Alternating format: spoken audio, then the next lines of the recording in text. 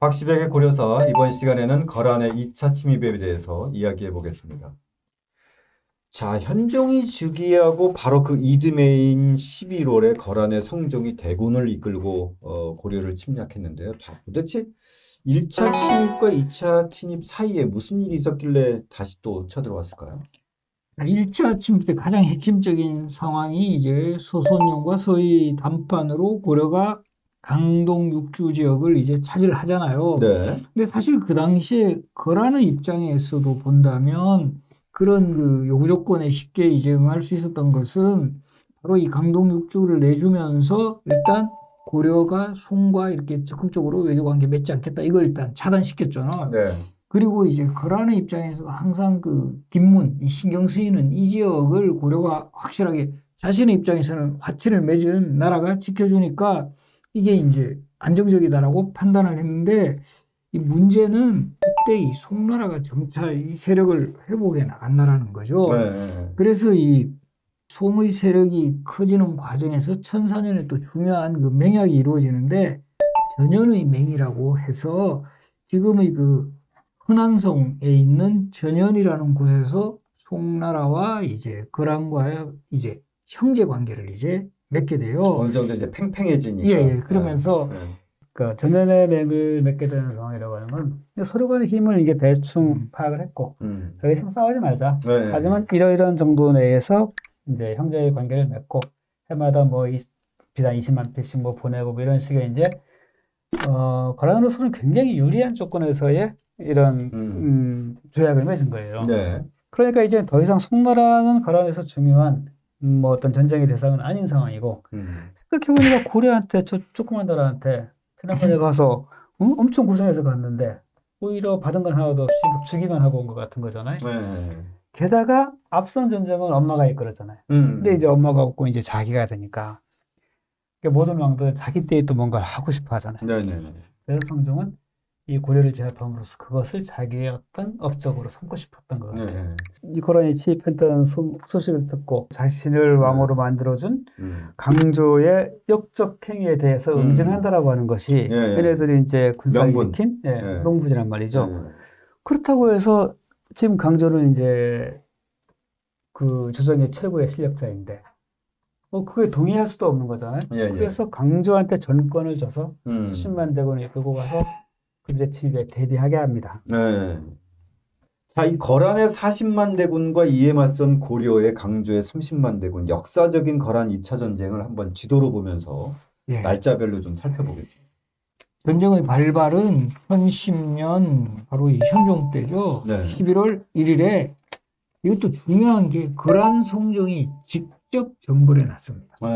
이 11월 초이기 때문에 이제 빨리 이제 일단 고려의 수도인 그 개경을 이제 정복하겠다 이런 계획을 세워요. 그리고 날씨도 춥고 이러다 보니까 빨리 이제 전쟁을 끝내야 되겠다라는 판단을 했고, 그리고 이제 강조가 이끄는 고려의 본진은 일단은 개경으로 들어오려면 가장 요충지가 서경이니까 서경으로 가는 길목을 막으려고 통주에 지금 저 지도에 보이시죠? 저쪽에 이제 진을 쳤고요. 그리고 이제 바로 이때 이 통주로 가는 최전선 중에 하나가 지금 딱 지도에도 나오지만 흥화진이었어요. 흥화진.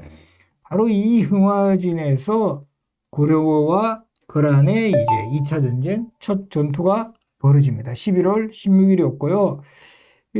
사실은 이 거란의 입장에서는 그 거란의 왕이 직접 쳐들어왔고 그 엄청난 군사력으로 쳐들어왔는데 결국은 일단은 실패를 해요. 그러다 보니까 이들도 이제 당황을 하게 되는데 이 실패의 원인에 가장 큰 역할을 했던 고려의 장군이 양규예요. 양규.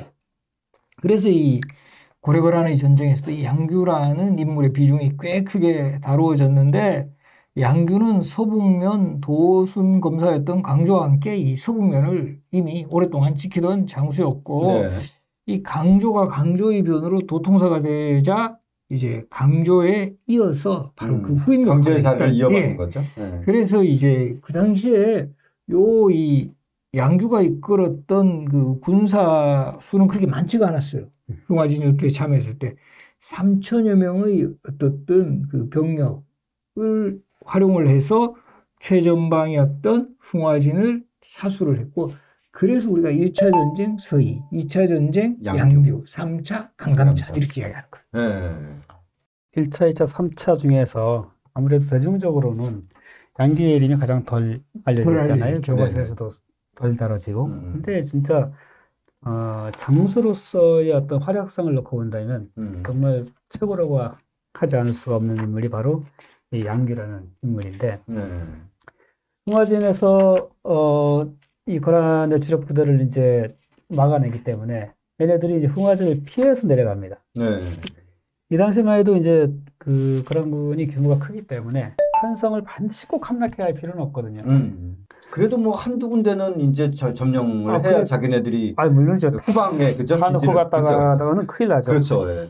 그래서 내려가다가 이제 곽주를 함락합니다. 저 지도에서 보이는 곽주를 함락한 다음에 거기에 이제 자기네 군사 6,000명을 남겨놔요. 근데 바로 이 6,000명이 지키고 있는 곽주를 공격해가지고 완전히 제압해버리고 거기에 있는 백성들을 전부 통주로 옮기게 됩니다. 그 외에도 이제 이후에 나중에 이제 그 거란군들이 이제 물러갈 때, 회군할 때 결국 그 과정에서 전사하기도 합니다만은 그때도 이제 흑흑한 공을 세우게 되죠. 근데 일반적인 경우라고 한다면 그냥 흥화진만 지키고 있어도 그러니까요. 누구도 뭐라 수 사람이 없어요. 왜냐하면 그 각각의 성들을 지키는 것 자체가 그의 주 업무고 이게 굉장히 중요한 일이기 때문에 흥화진을 잘 지켜냈고 그 다음에 뭐 어쨌든 싸움의 과정에서 손상된 성곽 같은 걸 보수하고 다시 이제 내부를 정비하고 이런 것에만 충실해도 이미 훌륭한데 그 중에 소수 병력을 끌고 와가지고 곽주성을 쳐서 거기에 있는 6,000명의 적을 상대로 해서 승리를 거두고 이랬다라고 하는 것은 정말 대단한 거죠. 그러니까 사실상 양규가 2차 전쟁에서는 영웅이었다 이렇게 볼 수 있는. 자, 문제는 이 흥화진을 함락시키지 못한 거란군 본진이 바로 통주로 향하는데 이 양쪽의 본진이 11월 24일 통주에서 맞서요. 이거는 상황이 조금 다르게 펼쳐집니다.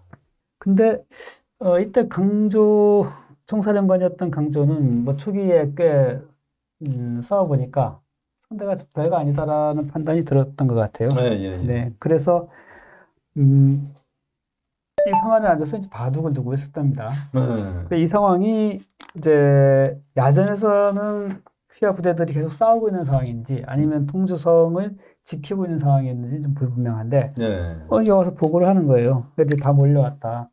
그래서 이때도 굉장히 멋있게 뭐 음식을 먹는 것도 쉽게도 입안에 음식이 좀 가득 있어야 식기가 편하다 하면서 아예 다 들어와라 이런 느낌이거든요. 다 들어와라 했는데 이미 다 들어온 거예요. 이 위급한 상황이 되니까 이제 환각도 오는데 누구를 보겠습니까? 자신이 죽인 목종이 나오는 거죠. 목종이 환각 상태에서 선벌을 내릴 것에 막 이렇게 하면서 하니까 보면서 막 잘못했습니다 막 이러고 있는데 이미 다 들어와서 이제 체포가 되는 그런 상황이 됩니다. 이 싸움에서 뭐 고려군이 3만 명이나 죽었다니까 대패를 당한 거죠. 그리고 그 자세는 이제 포로가 되어 있는데 성종이 그러니까 거란의 성종이 그래도 강조가 마음에 들었는지 자기 신하가 돼줄 것을 계속 요구를 합니다. 그러니까 그거에 동의하지 않으니까 나중에는 막 그 살을 도려내는 배에 내면서까지 이제 요구를 하는데도 내가 왜 니들의 신하가 된단 말이야 하면서 굉장히 이제 당당하게 나는 고려의 신하다. 거부를 하는데 저는 이제 나중에 후기에도 썼습니다만은 이 대목이 되게 인상적이었어요. 그 자신은 어쨌든 이때 최고 실력자이긴 했지만 그 거란에서 너는 역적이다라고 해서 그걸 명분 삼아서 들어온 상황이란 말이죠. 그리고 이미 이게 이제 확 다 알려지게 된 상황이고 만약에 돌아간다 손치더라도 그는 아마 역적으로 처형당할 운명이지 않을까 싶어요. 만약에 이렇게 포로가 된 다음에 돌려보내진다면. 그런데도 불구하고 고려의 신하의 힘을 끝까지 이제 항변하면서 죽음을 택하는 모습에서 되게 인상적인 그런 느낌이었어요. 이 강조를 이제 어쨌든 뭐 잔인하게 처형을 한 후에 이제 그 마지막 남은 인물, 저항하는 인물 이제 그 왕규에게 이 거란이 정말 이 거짓으로 이 강조의 편지다라고 하면서 왕교에게 보냅니다. 핵심은 이 도통사가 항복했다. 당신들 사령관이 항복했으니까 이 당신들도 이제 항복을 해라. 근데 이때 또 양주가 정말 이 전쟁 영웅답게 이 멋진 멘트를 날립니다. 나는 왕명을 받고 싸우지 강조의 명을 받고 싸우는 것은 아니다. 쓸데없는 수작 치우라고 너희 임금에게 오히려 전해라. 이렇게 또 정말 마지막까지 당당한 이런 모습을 보였습니다. 자, 이 통주에서 승리한 거란군이 곧바로 이제 서경으로 진군했는데 이때 등장한 것이 고려의 강감찬. 네. 예, 서경은 굉장히 견고한 성이어서 네. 뭐 나중에 이제 그 몽골군도 그렇고 이렇게 쉽사리 점령을 참 못합니다. 서경성만큼은. 네. 그래서 완강하게 잘 싸우고 있는데 이 조정에는 이제 잘못된 그 정보가 전해진 것 같아요. 서경성이 함락했다. 이렇게 되니까 서경성이 함락되고 나면은 그 이후에 이제 그 막아낼 만한 성도 없을 뿐더러 개경으로 이제 순식간이니까. 예, 그리고 그 정도의 파워라고 한다면 우리가 안 되겠구나 싶어가지고 이제 항복하자라는 이런 주장들이 이제 쭉 이제 나오게 됩니다. 그때 강감찬이 나서서 아직은 때가 아니고 일단 이제 이 당시만 해도 이제 왕조 국가다 보니까 왕이 잡히거나 하면은 나라가 망하는 거잖아요. 왕한테는 이제 피신할 것을 요구하고 신하들은 저희가 해보겠습니다라고 해서 이제 화천을 권하게 되죠. 그래서 현종이 이제 피난을 가게 되는데, 근데 여기서 참 또 좀 의아해지는 부분이 뭐냐면 현종이 피난 행진이 너무나 이제 초라합니다. 그 호위하는 군대가 고작 50명밖에 안 됐단 말이에요. 그 전쟁통에. 네. 이곳에서는 도대체 왜 그랬을지 그게 좀 납득이 안 가요. 최소 뭐 500명도 아니고 왜냐하면 그 같이 가야 하는 기본 사람들만 해도 왕과 각종 그 부인과 뭐 시중 드는 사람들 등등등 하면은 이 사람들만 해도 50명이 넘는데 네네. 이들에 대한 후위를 담당할 사람이 50명밖에 안 되는 상황으로 이제 피난길을 가게 되거든요. 피난길 자체도 대단히 험난했다면서요? 네, 가다가 이제 그 백성 일부로부터 공격받기도 하고 네. 또는 어떤 데 들어가면 거기에 있는 이제 그 감당 관리가 오히려 또 위세를 떨면서 위협하기도 하고 네, 볼모로 잡으려고 하기도 네네, 하고 이런 식으로 그야말로 피난길에 왕다운 아주 비참한 모습의 행렬이라고 할 수 있겠죠. 이때 이제 나타난 지체문이라고 하는 인물이 끝까지 호위를 담당하면서 뭐 그런 외부의 움직임들에 대해서 이제 막아주고 하면서 무사히 계속해서 남쪽으로 내려갈 수 있었죠. 어쨌든 현종을 끝까지 보위한 지체문이 있었다. 그래서 이때 현종이 피난 갔던 곳이 전라도 나주예요. 그렇죠. 공주 거쳐서 이제 나주. 그렇죠. 공주, 전주, 나주 이렇게 가게 되는데 그래서 지금도 나주에 가면 그 현종이 이곳에 피난 왔음을 알리는 여러 가지 뭐 행사 같은 것도 많이 이제 하는 것을 저도 이제 직접 보았는데 그리고 이때 이제 공주에서 피난 갈 때 이때 이 김은부의 맏딸이 옷을 지어서 바쳤고 이게 인연이 되어가지고 왕비로 맞이해요. 원성왕후. 그러니까 보면 이런 그 역사 속에서도 왕이 피난길에 맺어진 인연. 우리 인조는 정묘란 때 공주로 피난 갔을 때 그때 이제 정말 먹을 게 없고 힘들 때 임시성을 가진 사람이 가져온 떡, 임절미. 그렇게 또 임절미가 되었다라는 또 이런 스토리가 있는데 또 왕이 이렇게 또 한번 피난 가면 또 이런 스토리가 생기죠. 결국 이제 나주에까지 피난을 하게 되었고 이때 이 하공진이 군사 20여 명을 이끌고 현종을 찾아와요. 원래 목적은 강조를 처단하기 위해 출병했는데 이미 이제 강조는 처형이 되었고 이제 이 화친을 청하면 이제 철군할 것이다. 이런 제안을 시기가 됐다. 그러면서 하공진으로 하여금 그러니까 현종이 표문을 이제 화친을 청하는 표문을 작성을 하게 해요. 그리고 이때 이제 하공진이 가지고 가는 거죠? 거란군이 뭐 개경에 들어가서 뭐 태묘, 궁궐, 민가 상당히 이제 뭐 정말 닥치는 대로 약탈하고 이런 상황에서 이제 철군해 달라는 표문을 받자 이제 이 거란의 입장에서 자신의 목표는 확실히 달성이 됐다고 판단을 한 거예요. 네네. 왜냐하면은 이제 어쨌든 완전히 이제 그 왕도적 피난 갖고 이제 뭐 스스로가 이제 우리 그 거란을 잘 섬기겠습니다. 거기다가 이제 하공진을 또 볼모로 잡아요. 고려 이거 자꾸 뭐 한번 말했다가 또 말 잘 바꾼다. 이런 것을 감을 잡았는지 볼모로 잡아 해군기로 오른 게 바로 이제 그래서 이제 거란이 이제 개경에서 물러갔다는 소식을 듣고 이제 그 현종이 이제 돌아오게 되는 거죠. 네. 1011년 1월이니까 이제 2달 만에 철군을 네. 하게 되는 네. 거네요. 네.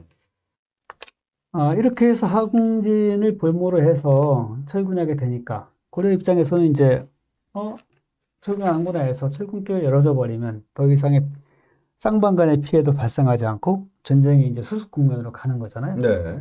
근데 이 당시에 고려의 장수들은 참 이걸 그냥 넘겨주지를 않습니다. 네. 앞서도 우리가 잠깐 얘기를 했지만은 양귀 장군이 마지막 싸움은 제가 마치 노량해전에 임하는 이순신 같았다라고 얘기했던 게 보내버리면 될 거를 자기네들이 그 소수의 병력을 가지고 상대 본진을 공격을 해서 끝까지 싸우다가 그야말로 전멸을 하죠. 네. 그래서 양교 장군이나 김숙궁 장군 같은 경우가 여기에 전사를 하는데 이것이 꼭 이때만에 있었던 일들이 아니라 이후에도 뭐 원나라 침입 과정에서도 보면은 이 각 지역 성주들이 거의 이제 중앙조정에서는 됐다 이제 우리 항복하기로 했다 뭐 이런 게 거의 결정난 상황이라 하더라도 우린 그런 거 몰라 하면서 끝까지 싸우는 모습들을 굉장히 많이 보여줘요. 네. 그리고 실제 이런 완강한 싸움 그리고 그런 승리의 상당수들은 바로 이런 이제 각 지방의 성들을 책임진 장수들에 의한 거기에 이제 성민들과 다 같이 합세한 이런 싸움들에서 굉장히 많이 보여지고 이것이 진짜 이 수많은 외침 속에서 고려를 지키는 힘이자 고려의 어떤 단단함을 상징하는 장면이 아닐까 싶어요. 네. 기본적으로 어쨌든 자신들이 영토를 지키겠다라고 하는 이런 장수로서의 어떤 무장의식은 정말 비교할 수 없을 정도로 강했다. 이런. 적과는 타협하지 않는다. 네. 이런 것도 굉장히 강하고. 네. 이거 이제 피난 갔던 현종이 이제 개경으로 돌아온 뒤에 이 양교와 김숙흥 장군에 대해서 이제 벼슬을 더 높여주고 네. 그다음 그 부인들에게는 이제 해마다 얼마씩 이제 곡식을 제공하게끔 그렇게 합니다. 네. 이 현종이 양규의 공적과 명예를 기리면서 양규 부인에게 직접 교시를 내리는데요. 그 교시 내린 것을 일부를 좀 읽어보면서 마무리했으면 좋겠습니다. 그때 남편은 장수로서의 지략을 갖추었고 올바른 정치의 도리를 알았다. 한번 칼을 뽑으면 만명의 적군이 다투어 달아났고 강공을 당기면 모든 군대가 항복했다. 이로부터 성과진이 온전할 수 있었고 군사들은 더욱 씩씩해졌다. 여러 차례 승리를 거두었으나 불행하게도 전사했다. 빼어난 전공을 기록하여 이미 공에 따라 벼슬을 올렸으나 다시 전공에 보답할 생각을 간절히 하여 더욱 널리 알리고자 한다. 그대에게 해마다 벼와 곡식 100석을 종신토록 내리노라. 이렇게 이야기하고 있습니다. 한 번 칼을 뽑으면 만명의 권사가 달아나고 한 번 화살을 당기면 모든 군대가 항복하였다라는 이 양규의 전설 같은 장면, 이 장면을 기억하면서 저희 거란과의 2차 전쟁 양규와 김숙흥을 기리면서 마감하고요. 다음 시간에는 거란과의 3차 전쟁과 강감찬 편으로 저희들의 이야기 이어가겠습니다.